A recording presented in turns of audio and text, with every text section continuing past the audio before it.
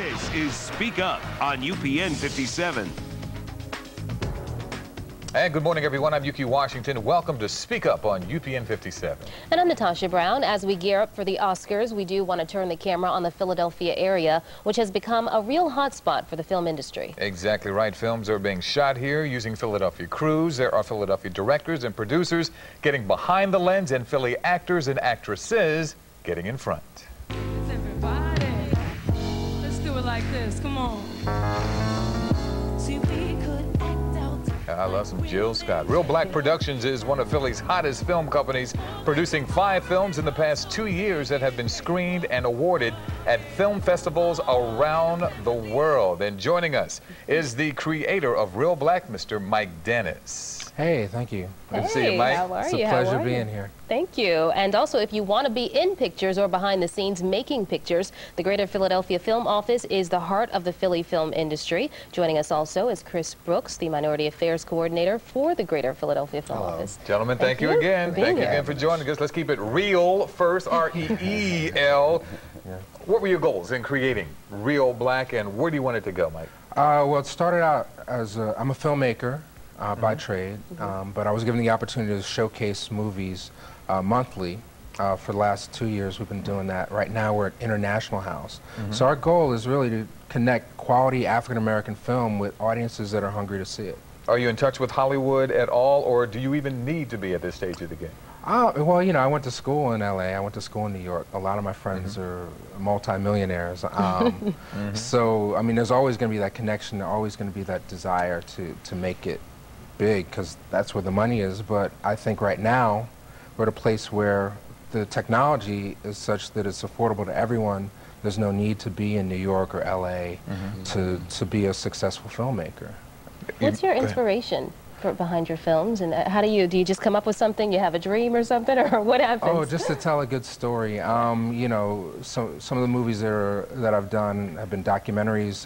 There's a movie called Jazzy Fat Nasty's in Process that aired on another station, and it won some awards about the Black Lily scene. As a result, I've done other documentaries for local musicians, Jasmine Sullivan, Kindred the Family Soul, Lady Alma. But my heart really is about narrative filmmaking. So, you know, telling stories that are about black people that are truthful and honest is really what my goal, my focus is. Very good. Chris, you're in charge of Minority Affairs with the Film Office. Yes. Tell us what you do day in and day out and your goals, man. Basically, there are 3 goals that I have in the position of Minority Affairs at the Film Office. One is networking, you know, keeping a base for networking here amongst our local minority filmmakers. And also dealing with the issues of getting more minorities in the union here in Philadelphia, getting them on the sets. And also putting together, I got the green light to do the first Philadelphia Black Film Festival. Very nice. Which we're extremely excited about. Oh, we got a scoop here? We're getting a scoop? Hey, you're getting a scoop, is this baby. an exclusive? Okay. Getting a scoop exclusive. But yeah, that's, I'm so excited. And all of that's in motion right now as we speak. And also, I've put together the Philadelphia Minority Film Alliance, which has never been done. We'll deal with issues such as, we'll be holding seminars and symposiums and Q&As and having some of our local filmmakers, mentors, kids, and have mentorship programs and things like that. But right now, totally excited about the film festival. Why is Philly such a hot spot for films? I mean, you just talked about earlier, we were talking about Rocky wrapping up here, which of course is kind of the classic Philadelphia story and film. Other films, though? I think, well, from a creative end, Philadelphia is just awesome. You know, you can get the city look for your exterior shots. You can get city. You can go out and get a country shot if you need it. The buildings for period pieces is just awesome. And there's no other look that you're going to find in another city than Philadelphia. I'm sure Mike can attest to that as well as being a filmmaker. But and the film office works with you. There you go. Talk to me about that aspect, Mike, being a filmmaker. And oh, in terms of the city? Yeah, sure. Well, I mean, I think Night Shyamalan proved it with Sixth Sense. I mean, you get so many different looks. Like every movie that you see generally in a major studio puts out is shot in Canada or LA, and you've seen all those locales before. When you go to a place like Philadelphia, you're gonna have an opportunity to see parts of a world that you've never seen before in a movie. And then there's so much talent here on top of that. Exactly. That's untapped. I mean, musical talent, acting talent, Sure. just filmmaking talent in general. That you know, I'm completely invested, and I completely believe that this is going to be a key element of a regional filmmaking scene that's already developing. Let's go back a little bit. Some of the films that were done here already. One that comes to mind right away is Beloved. Beloved. Well, it's lately, I guess in the past couple of years, Inner Shoes, Shadow Boxer, Lee Daniels, who's a Philadelphian, as you guys well know. Rocky Six just wrapped, know about that. Shyamalan. Oh, there's Beloved right there that we're watching. Okay. Train Ride. Train Ride, exactly, from Okay. local Philadelphia filmmaker Rel Dowdell. Then you got to mention Cuz now. Fallen. Is Fallen? Come on now. Oh yeah, Come on. definitely. Yeah, that's what I'm talking about. A little Gotta reference get to Cuz in there. Cousin Denzel. Yes, indeed. Oh, okay, yeah, Fallen, man. Philadelphia. It's skipping my mind now. I can't believe this. Some of the later films that shot here. What about most recently with Snipes was here. with Tyrese in Oh, Annapolis? Annapolis. There you go. Exactly. Annapolis, yeah. Annapolis. Philly's hot right now. It's rated 5th now. Movie makers to top this, you know, to shoot a movie in. You can't beat it.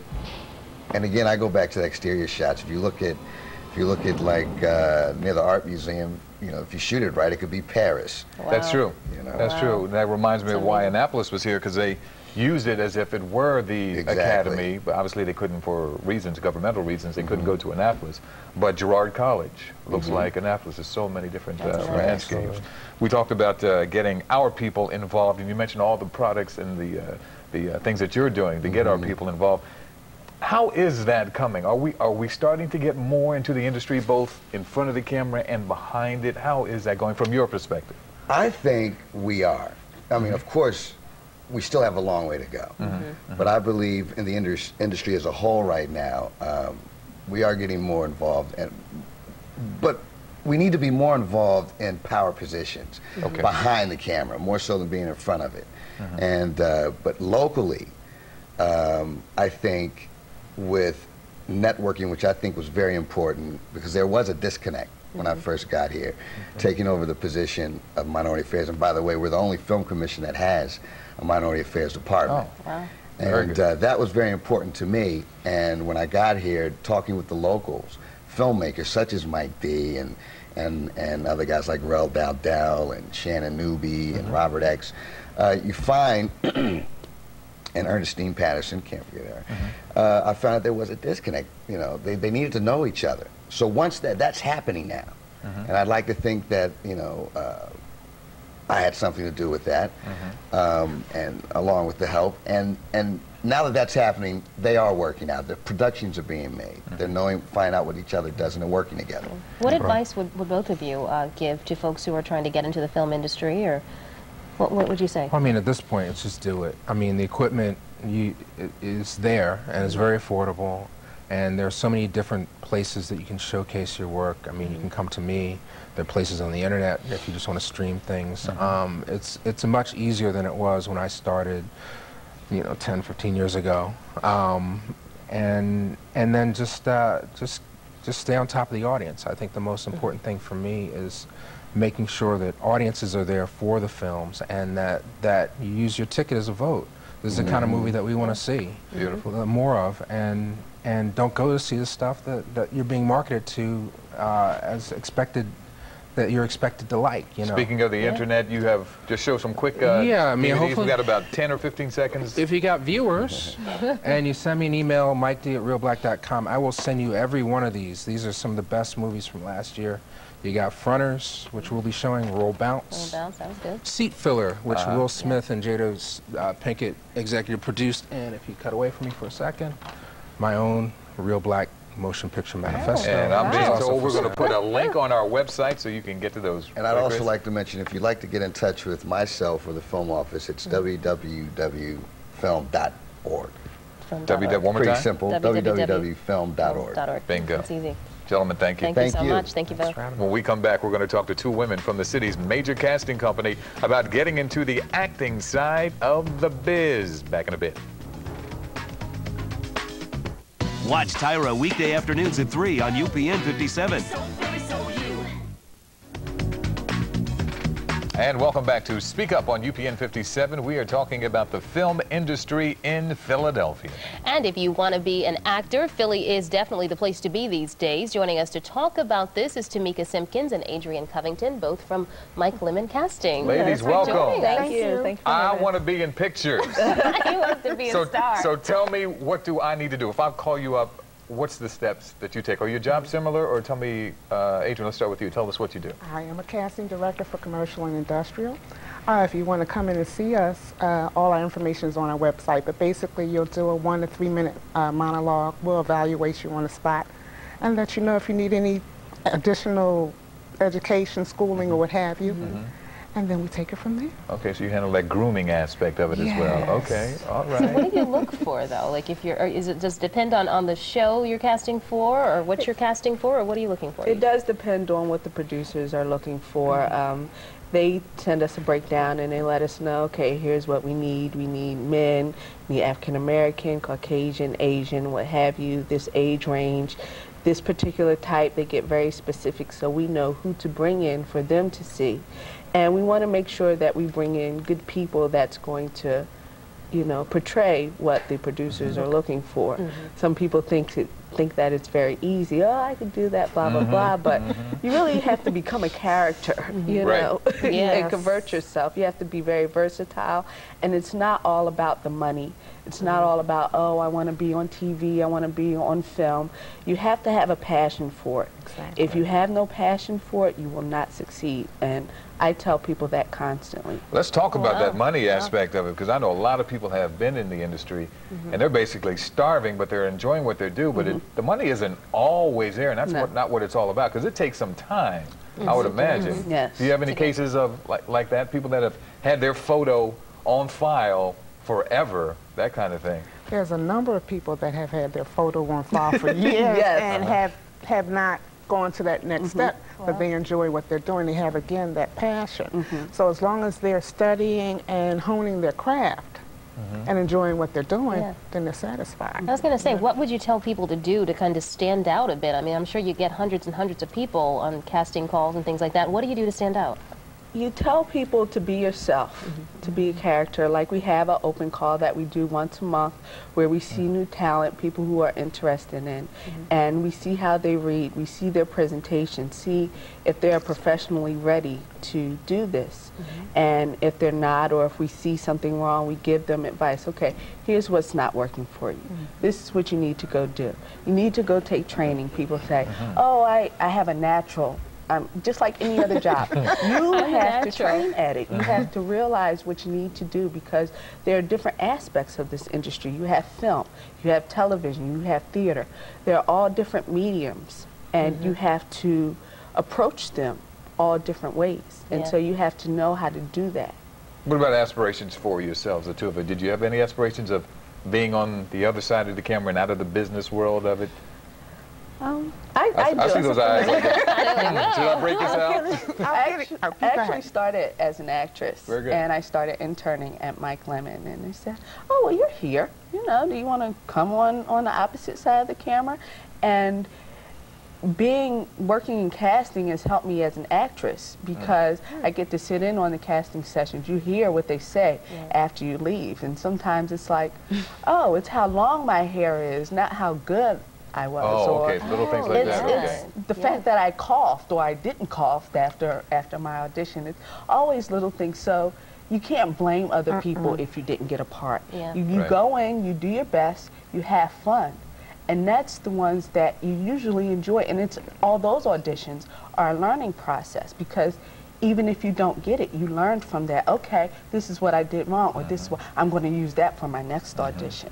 So each experience is a learning process. Even if you don't get it, you're always learning, and you always, like Adrienne said, you have to hone your craft. And it is very subjective. Oh, no doubt. Yes, it is. And even if your hair's not right, or whatever you might perceive as wrong for you, the producer has a preconceived thought of what he's looking for, and that person might not even exist. Wow, okay. And so you're coming in trying to portray somebody You don't That even know you where don't they're even- going. Exactly. So you have to do something that's going to make them say, ah, she can do this. Or Make- maybe this can work for me, you know. Make So- me say, right now, give me a scoop. What's Mike Lemon working on? What you guys working on? Coming up, we got about 10 seconds. Give me a little scoop. Right now, we have some things in the fire that I can't talk about right now. Can't give you no. the scoop on No it, but when I exclusives. can, I will give you the Yes. exclusive.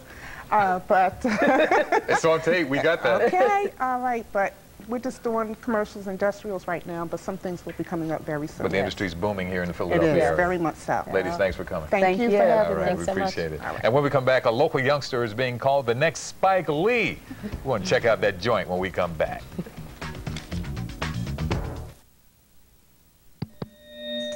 Woke up this morning feeling fine.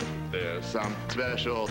On my mind, something tells me I'm into something good. Start your morning on a high note. Something tells Me, I'm into Something good. With new Yogurt Burst Cheerios cereal. A touch of yogurt-flavored sweetness added to the crunch you know and love.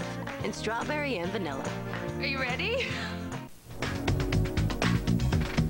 And welcome back to Speak Up on UPN 57. You know, Robert X. Golphin has been called the next Spike Lee. Philadelphia born and raised, a soon-to-be big-time director, writer, producer. Thanks so much for joining us. Tell me, young man, what spurred your interest in the film industry? I remember us doing a story on you when you were very young fella. How did it all start? Well, when I was about 5 or 6, my mother enrolled me in a kids' talent troupe. And we acted and danced and sang and modeled and appeared in commercials. But it wasn't until I was 12 that I realized what my passion was, what my calling was, and that was filmmaking. I managed to come across a place called Cinekid in Willow Grove, which was a communication arts facility for kids, and it was run by Robert J. Clark Jr., and that man is single-handedly responsible for me being what I am today, and that's a filmmaker. That you are, and Robert, we hear of but don't really see many African Americans behind the scenes in the industry. Has the lack of fame, big-time fame, of these artists affected your dream in any way? Well, you know, there are plenty of African Americans that are in prominent positions in the film industry. We are directing, we are producing, we are DPing, we are designing sets, but many of us are doing it on the independent level. And so now we have to aspire to an even greater success, and by that I mean mainstream. And you are on your way to the mainstream. You're in North Carolina now, going to school. Tell me more about now and the future when it comes to your life. Right now, I'm currently completing my collegiate experience, and I'm about to receive my BA in theater and film. I sat out a while to work on the CBS series Hack and some other ventures, but now it's time for me to make my mark in the world, and that's about to happen sooner than you think. Yeah, I know it will. I saw you during the Hack series with actor David Morris a few times, and I had the pleasure of working on that television series with you a few times as well, which leads me to my final question. When do you think we will see your work on the big screen, and can I get a job?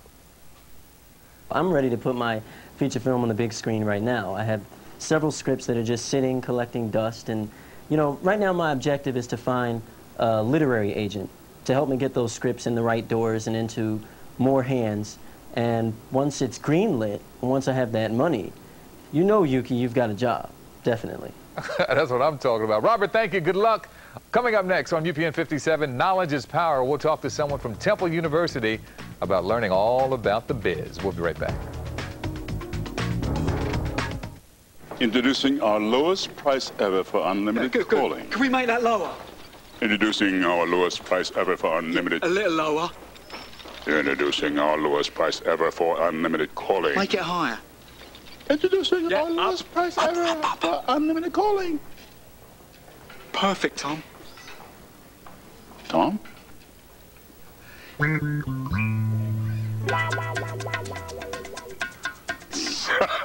Introducing the Verizon Freedom Value Plan. Now you can make unlimited calls to anywhere in the U.S. at any time for just $34.95 a month. That's our lowest price Freedom Plan ever. Just call 1-800-527-8514 and get all your calls for only $34.95 a month. That's 1-800-527-8514.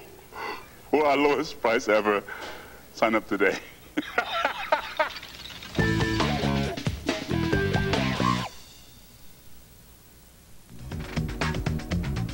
Welcome back to Speak Up on UPN 57. Philly is certainly the place to be if you want to get in the movie business. Yes, but you need to know your stuff. And as we all know, Philly's also the place to be if you want a great education. Joining us this morning is Maori Holmes from Temple University School of Communications and Theater. Maori, thanks so much for being here.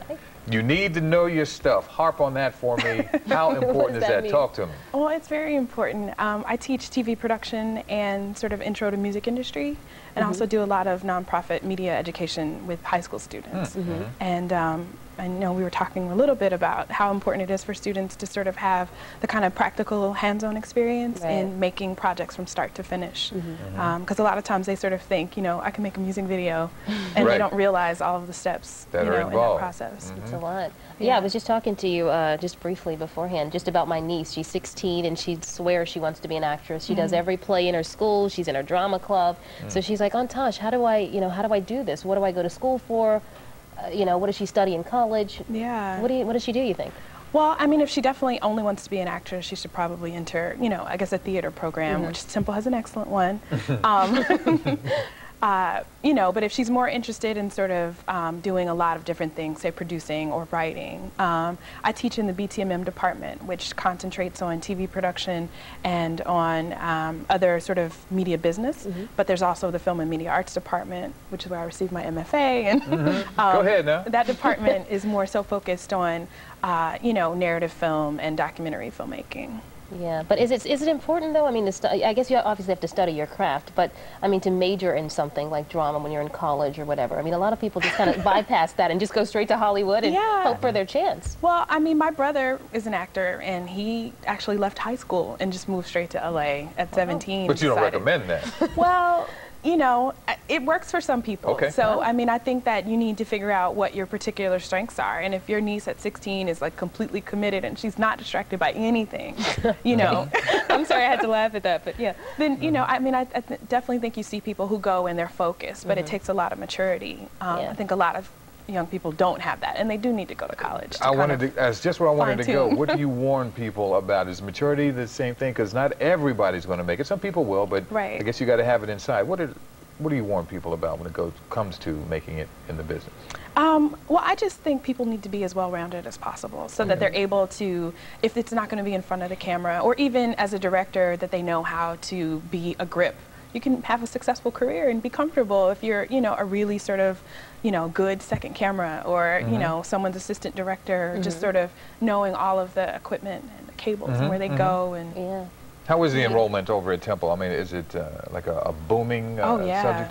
Tell me about that. I don't know the exact numbers, but I want to say we're #1 or #2 in terms of the student enrollment. You know, all the students want to be involved in entertainment somehow, or media. And not all Hollywood. A lot of students want to do documentary work, which is what I do a lot of.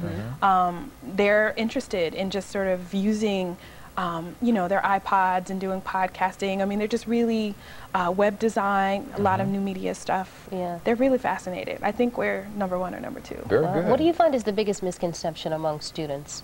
Your students, I mean, they get into this. Well, lots of misconceptions, but among students, they're young, they're hungry, they're eager to do this, but I'm certain they get there and they're thinking, okay, what have I gotten into? Or I didn't know it was going to be this hard. What do you find there? Well, I always think that they think it's easy. Right. I mean, that's just #1. They think it's easy, they think it's fast, they don't realize all of the steps in between, you know, getting the locations settled and having people sign release forms and, you know, doing shot lists and storyboards. They think they're going to get behind a camera, burn it to DVD, and, you know, they'll be on MTV. It's over. Do you have a website or a number of folks could get in contact with? I have a website for myself, which is www.karmalux.com, which is KARMALUX. And then Temple's is temple.edu, and my department is /SCT. Continued success to you and the program. Thank you Thanks, so much Mary. for being Appreciate here. it. Thank you, Mary. And that is going to do it for this edition of Speak Up. If you would like to speak up about this show or have an idea for a future show, just email us. Just go to upn57.com. I'm Yuki Washington. And I'm Natasha Brown. Have a great day, everyone. Bye.